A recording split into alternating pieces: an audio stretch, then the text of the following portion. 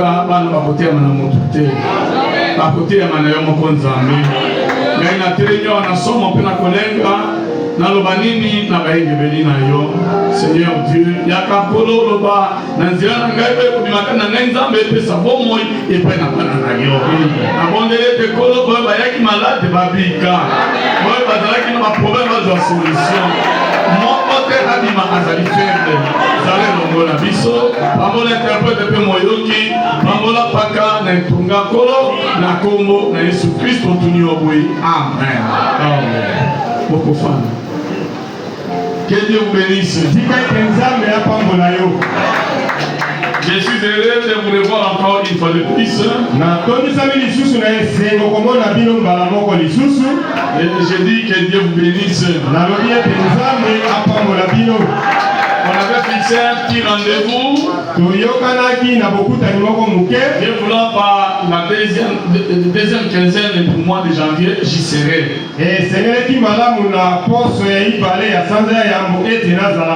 Et compte tenu de beaucoup d'attributions, nous sommes arrivés quand même. Nous sommes arrivés le soir. C'est vraiment que Dieu vous bénisse. Avant de quitter la maison de prière, non, je suis le pasteur, vous a salué dans le nom du Seigneur Jésus.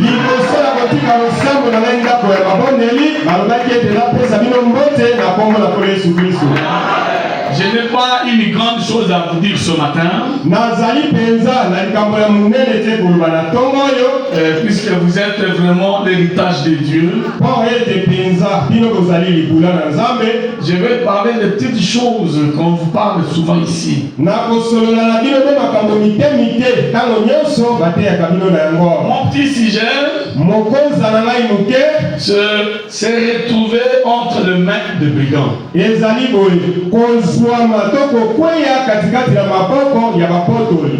Se retrouver entre les mains de brigands. Nous venons à l'église pour entendre la parole. Nous ne venons pas pour poser seulement un acte religieux. Mais nous venons que dans le but que Dieu me parle, dites cela. Quand vous venez de regarder pour le prédicateur, mais regardez ce que Dieu est en train de parler au travers du prédicateur.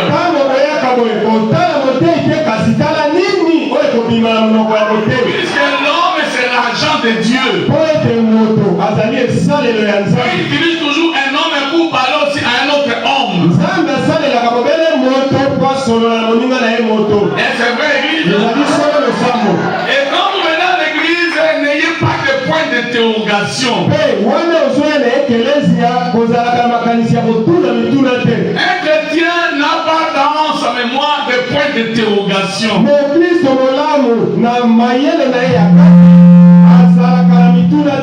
Quand vous avez des points d'interrogation en vous, les choses ne marcheront pas. Vous ne pouvez pas avoir de points d'interrogation. Frère Manamidi, non de message.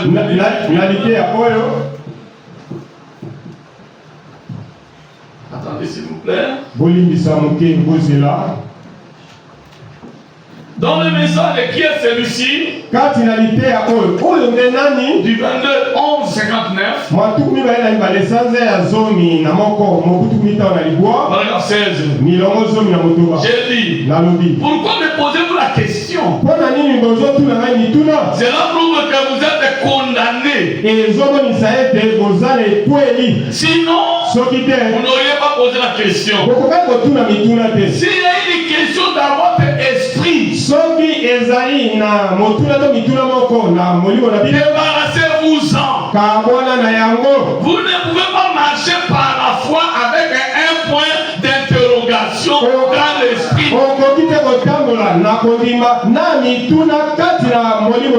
Si vous êtes baptiste et vous ayez un point d'interrogation, si vous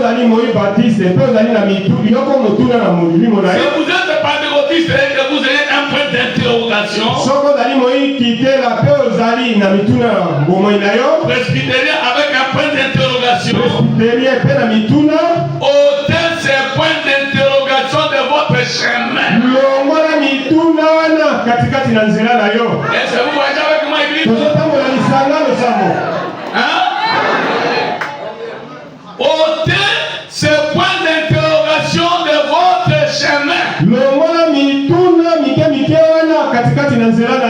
Est-ce qu'il y a un amen à cela? Et je demande d'ôter le point d'interrogation. Je remercie vivement le pasteur pour m'avoir donné sa chair. Il montre la bonne collaboration qu'il a envers nous. Nous ne cessons jamais de prier pour lui. Nous ne cesserons jamais de prier pour lui.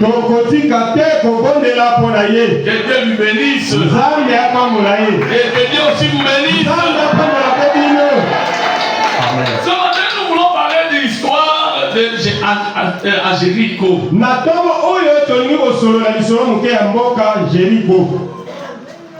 Jéricho était une ville. Mais la Bible nous a parlé. Il y avait un homme qui était à Jérusalem. Il était là-bas à Jérusalem, il n'avait pas de problème. Mais la Bible dit, cet homme a quitté Jérusalem et il est descendu à Jéricho. C'est là où nous voulons parler. Un homme a quitté Jérusalem et il se dirige vers Jéricho. Jéricho, dans la Bible, était une ville toujours maudite. Cette ville de Jéricho, Josué, quand il a récupéré la ville de Jéricho, avait maudit quiconque est baptisé dans cette ville soit maudit.